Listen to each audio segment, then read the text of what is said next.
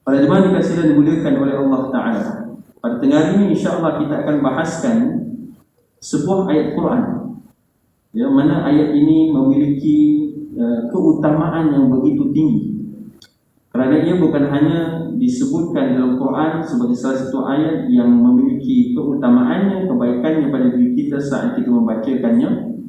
Sudah tentu saat kita membacakan Quran, kata Nabi SAW, alif lam mim itu, alif itu satu huruf, lam satu dan mim satu, berarti setiap satu itu Allah kurniakan dengan 10 hasanah. Maksud ayat Quran yang kita bacakan setiap kali, Allah memberikan setiap hurufnya mendapat 10 hasanah saat kita bacakan kerana Allah Ta'ala. Bukan hanya itu, tetapi terdapat juga hadis-hadis Nabi SAW yang spesifik menceritakan tentang kelebihan ayat ini. Dan saya yakin jemaah sekalian sudah pun menghafal ayat ini, iaitulah ayatul kursi, yang mana kita bacakan dalam banyak kali dalam kehidupan kita, hatta setiap kali lepas salat, imam-imam akan sama-sama mengajak kita membaca ayat ini. Apakah kelebihan-kelebihannya, dan apakah di antara 3 waktu utama membaca ayat kursi ini, dan apakah juga manfaatnya kepada diri kita seperti yang disebutkan dalam hadis Nabi SAW. Lalu sebelumnya kita bacakan ayat ini. Ayat kursi adalah daripada surah Al-Baqarah ayat 250. A'udzu billahi minasyaitonir rajim. Allahu la ilaha illa huwal hayyul qayyum la ta'khudhuhu sinatun wa la nawm lahu ma fis samawati wa ma fil ardh man dhal ladzi yashfa'u 'indahu illa bi idhnihi ya'lamu ma bayna aydihim wa ma khalfahum wa la yuhituna bi shay'in min 'ilmihi illa bima sha'a wasi'a kursiyyuhu as-samawati wal ardh wa la ya'uduhu hifdhuhuma wa huwal 'aliyyul 'azim. Sadaqallahul 'azim. Yang bermaksud, Allah, tidak ada ilah yang berhak disembah melainkan Dia, yang hidup kekal lagi terus menerus menguruskan makhluknya. Dia tidak mengantuk dan tidak juga tidur. Kepunyaannya apa yang di langit dan juga di bumi. Tiada yang dapat memberi syafaat di sisinya dan tanpa seizinnya. Dia mengetahui akan apa-apa yang di hadapan mereka dan di belakang mereka. Mereka tidak mengetahui apa-apa dari ilmu Allah melainkan apa yang dikehendakinya. Kursi Allah itu meliputi langit dan bumi. Dia tidak merasakan berat memelihara keduanya, dan Dia maha tinggi lagi maha besar. Para jemaah sekalian dirahmati dan dimuliakan oleh Allah Ta'ala, para mufassirin menyatakan pada ayat ini mengandungi yakni pujian tentang kebesaran dan kehebatan Allah Ta'ala yang maha agung. Lalu apakah di antara kelebihan membacakan ayat ini? Terdapat hadis yang kita akan sebutkan pada tengah hari ini yang menganjurkan kita untuk membacakan ayat kursi pada 3 waktu tertentu dalam kehidupan kita. Pertamanya daripada Abu Umamah radhiyallahu anhu, qala Nabi sallallahu alaihi wasallam, "Man qara'a ayatul kursi fi duhuri kulli salah maktubah, lam yamna'hu min dukhulil jannah illa an yamut."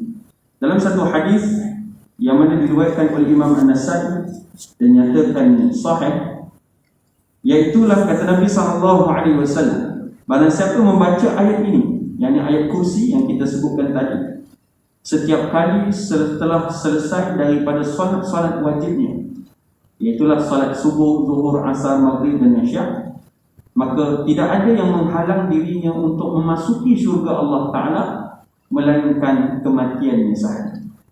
Jadi oleh kerana demikian di sekalian, kata para ulama, inilah di antara hebatnya atau keutamaan luar biasa ayat kursi, yang menjadi salah satu daripada yang kita amalkan setiap kali lepas solat fardu kita.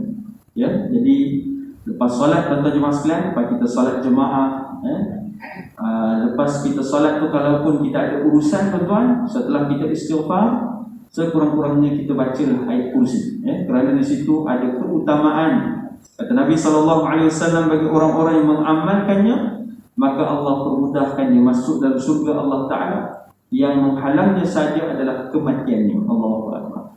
Ya, sudah pastinya bacaan kita tadi mestilah ikhlas kerana Allah Subhanahu wa taala, dan juga mestilah yang mana kita bacakan dengan kefahaman, iaitulah mengetahui akan kebesaran Allah taala dan merasakan rendahnya diri kita sebagai hamba Allah taala. Satu hari Sayyidina Ubay bin Ka'ab dia berkata bahawa Rasulullah sallallahu alaihi wasallam bersabda, "Wahai Abu Munzir, apakah daripada kitab Allah yang ada bersamamu yang paling agung?" Lalu aku menjawab, "Allahu la ilaha illa huwal hayyul qayyum." Lalu beliau memukul dadaku dan berkata, "Semoga engkau memperoleh ilmu wahai Abu Munzir." Jadi ceritanya Ubay bin Ka'ab ni pernah ditanyakan Nabi sallallahu alaihi wasallam, ya, apakah dalam kitab Allah Ta'ala yang mana disebutkan ayat yang paling agung. Lalu diajarkan Nabi SAW ayat yang paling agung itu yang disebutkan ataupun katanya apakah ayat Quran min kitabillah ma'aka a'zam, kepada kamu itu yang paling agung, ayat yang tinggi kedudukannya. Lalu disebutkan ia adalah ayatul kursi, dan ini adalah salah satu daripada hadis sahih riwayat Muslim. Maka Al-Qadhi bin Iyad menyatakan bahawa hadis ini adalah dalil yang membolehkan mengutamakan sebagai Quran daripada yang lain dan mengutamakannya selain daripada kitab Allah Subhanahu wa taala. Maknanya adalah pahala membacanya begitu besar, dan begitulah di antara contoh maknanya. Jadi para jemaah sekalian dirahmati dan dimuliakan oleh Allah taala, maka hadis yang pertama Nabi SAW ajar kita baca ayat kursi selepas salat, kerana di situ ada pahala yang besar, dan itulah di antara yang disebutkan Nabi sebagai ayat yang paling agung di dalam Al-Quran tadi. Masya Allah, tabarakallah. Maka sama-sama kita amalkan setiap kali salat-salat fardu kita, insya-Allah. Waktu yang kedua yang dinyatakan Nabi SAW, waktu terbaik membacakan ayatul kursi, dan padanya memuji kebesaran Allah Ta'ala, menceritakan tentang keesaan kekuasaan Allah Ta'ala. La ta'khudhuhu sinatun wa la nawm. Allah Subhanahu wa taala ini tidak mengantuk dan tidak tidur. Artinya Allah Ta'ala sentiasa menguasai, dan dia juga tidaklah seperti makhluknya yang memiliki sifat kelemahan. Jadi Allah Ta'ala sebut tentang keesaan, kekayaan, kekuasaan pada ayat Al-Kursi. Lalu kata Nabi SAW satu hadis kembali daripada Sayyidina Ubay bin Ka'ab radhiyallahu anhu, wa qala Nabi SAW, "Idza qara'atha ghudwatan udirat minna hatta tumsi, wa idza qara'atha hina tumsi udirat minna hatta tusbih." Dan Nabi SAW, siapa yang membacakan ayat kursi ini pada waktu pagi, lepas subuh ke tuan, waktu duha ke waktu pagi, maka dia akan dilindungi oleh Allah Ta'ala. Kata Nabi SAW, siapa yang baca ayat kursi pada waktu pagi, Allah lindung dia dari pelbagai gangguan syaitan, minal jinnati wan nas, daripada kalangan jin dan manusia, keburukan yang nak dibawa oleh orang lain, ataupun macam-macam lagi keburukan. Artinya kata Nabi SAW, siapa yang dalam sabdaan Nabi, siapa yang membacakan ayat kursi dengan utamanya niat kerana Allah, memohon perlindungan daripada Allah Ta'ala, maka Allah Ta'ala akan halang daripada gangguan datang pada dirinya, bahkan dilindungi oleh Allah Ta'ala hinggalah ke waktu petang. Jadi kita baca waktu pagi, tuan-tuan, sampailah ke petang, Allah Ta'ala lindungi kita. Wa idza qara'atha hina tumsi, dan apabila sesiapa yang membacanya pada waktu petang, maka Allah Ta'ala akan lindunginya sehinggalah ke waktu pagi. Jadi tuan-tuan dirahmati oleh Allah Ta'ala, kita baca pagi dan kita baca petang. Dan di sini ada keutamaan membacakan ayat kursi, dan dia satu ayat yang memang Masya Allah, tabarakallah, sangat luar biasa. Apatah lagi Nabi SAW menyebutkan tentang perlindungan daripada Allah Ta'ala bagi orang yang beramal dengan ayat ini. Dan ini adalah hadis daripada riwayat Hakim dan nyatakan ini hadis yang sahih. Manakala yang ketiga, jemaah sekalian dirahmati dan dimuliakan oleh Allah Ta'ala, terdapat satu hadis yang panjang, dan hadis ini menceritakan bagaimana Abu Hurairah radhiyallahu anhu yang mana terlibat dalam kisah ini. Ya, jadi kisah ini dipanjang tuan-tuan, jadi kita cuba ringkaskan insya-Allah. Jadi Abu Hurairah radhiyallahu anhu menceritakan bahawa kepada Nabi sallallahu alaihi wasallam bahawa satu ketika dia pernah menjaga yang disebutkan dengan Baitul Mal, tempat pengumpulan harta-harta zakat dan sebagainya untuk diagihkan kepada sekalian orang Islam dan sebagainya. Maka dialah diamanahkan Nabi sallallahu alaihi wasallam untuk menjaga Baitul Mal. Jadi pada satu ketika dia mendapati ada seorang yang datang untuk mencuri barang-barang dalam Baitul Mal. Artinya ada kurma dan bahan-bahan yang lain dan sebagainya.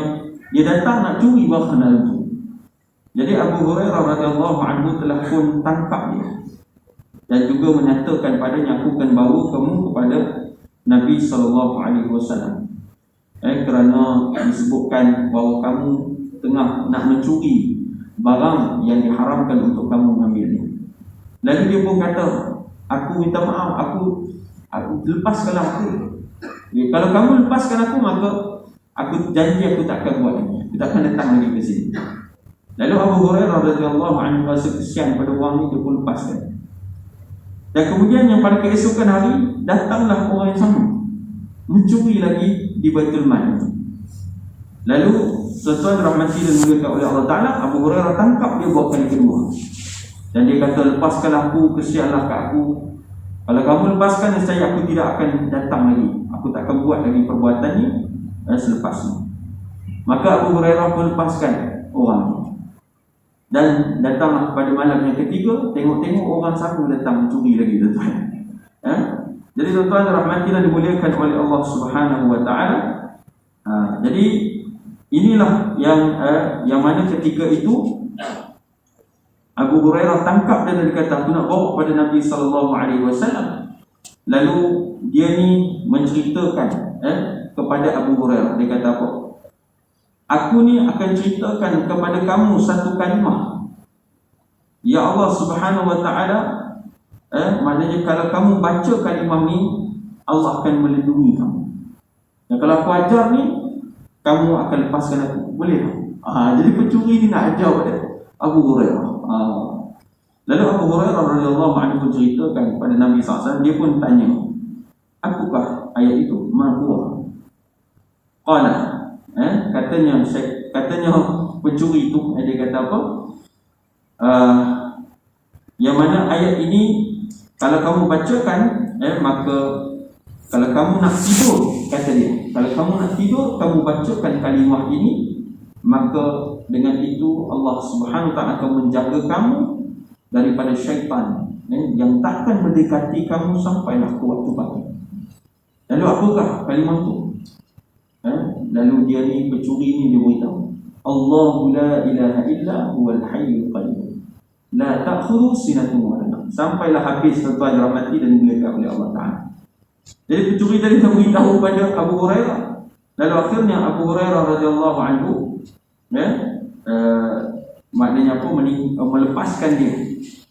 Lalu Nabi sallallahu alaihi wasallam pun menyatakan kepada Abu Hurairah radhiyallahu anhu. Jadi Nabi kata bahawa faqala Nabi sallallahu alaihi wasallam, amma annahu qad sadaqa wa huwa kadhub. Sesungguhnya dia tadi tu, dia telah berkata benar, sedangkan dia ni adalah orang yang menipu. Artinya sebelum tu yang dia kata dia tak mau datang, dia memang tipu kamu.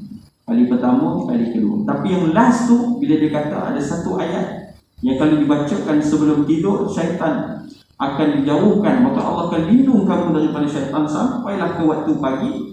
Maka kata Nabi, itu adalah benar. Subhanallah. Maka Nabi SAW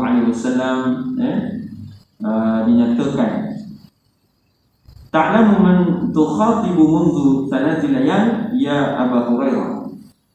Wahai Abu Hurairah, kata Nabi SAW, adakah kamu tahu siapakah yang kamu temui sepanjang 3 malam itu?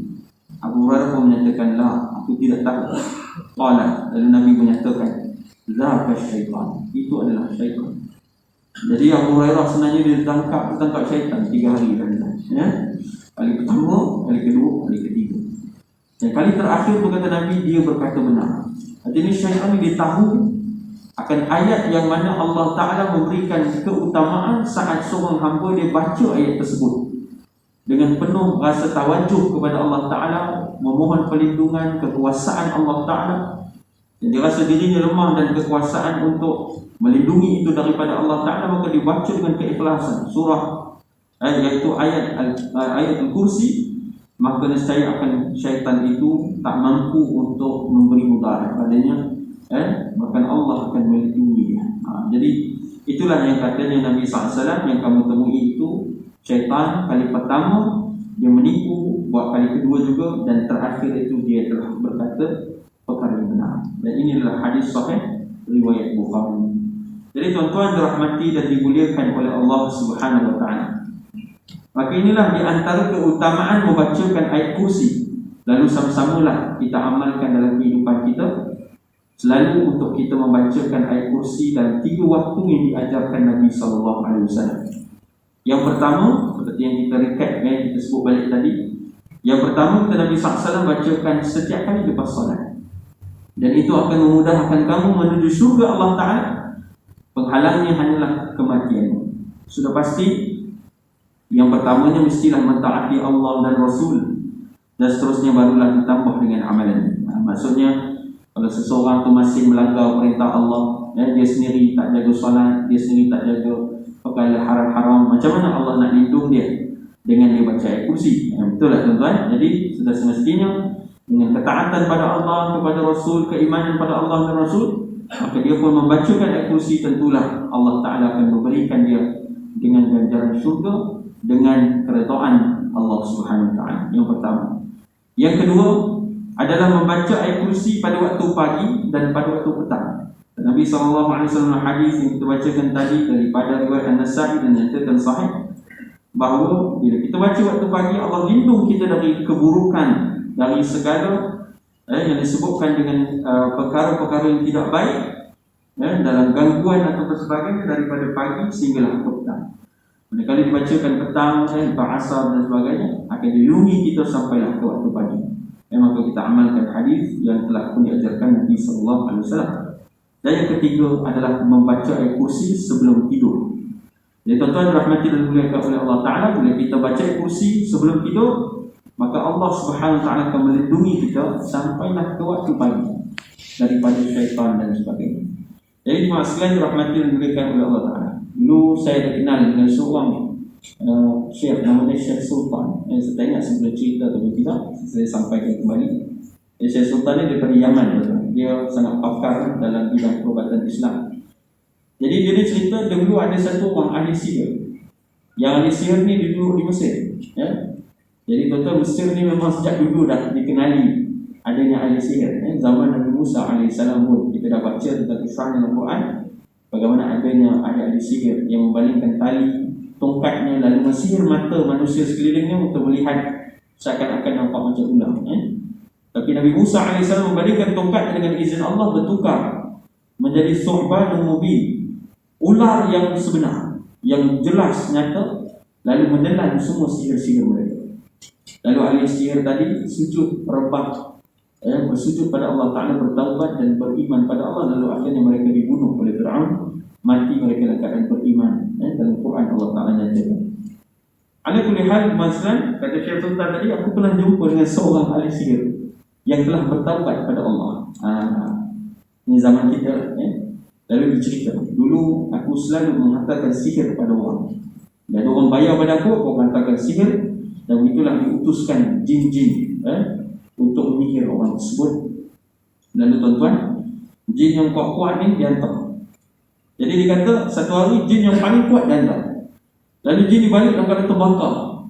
Dia meraung kepada dia. Dia kata, kenapa kau hantarkan aku pada orang ni?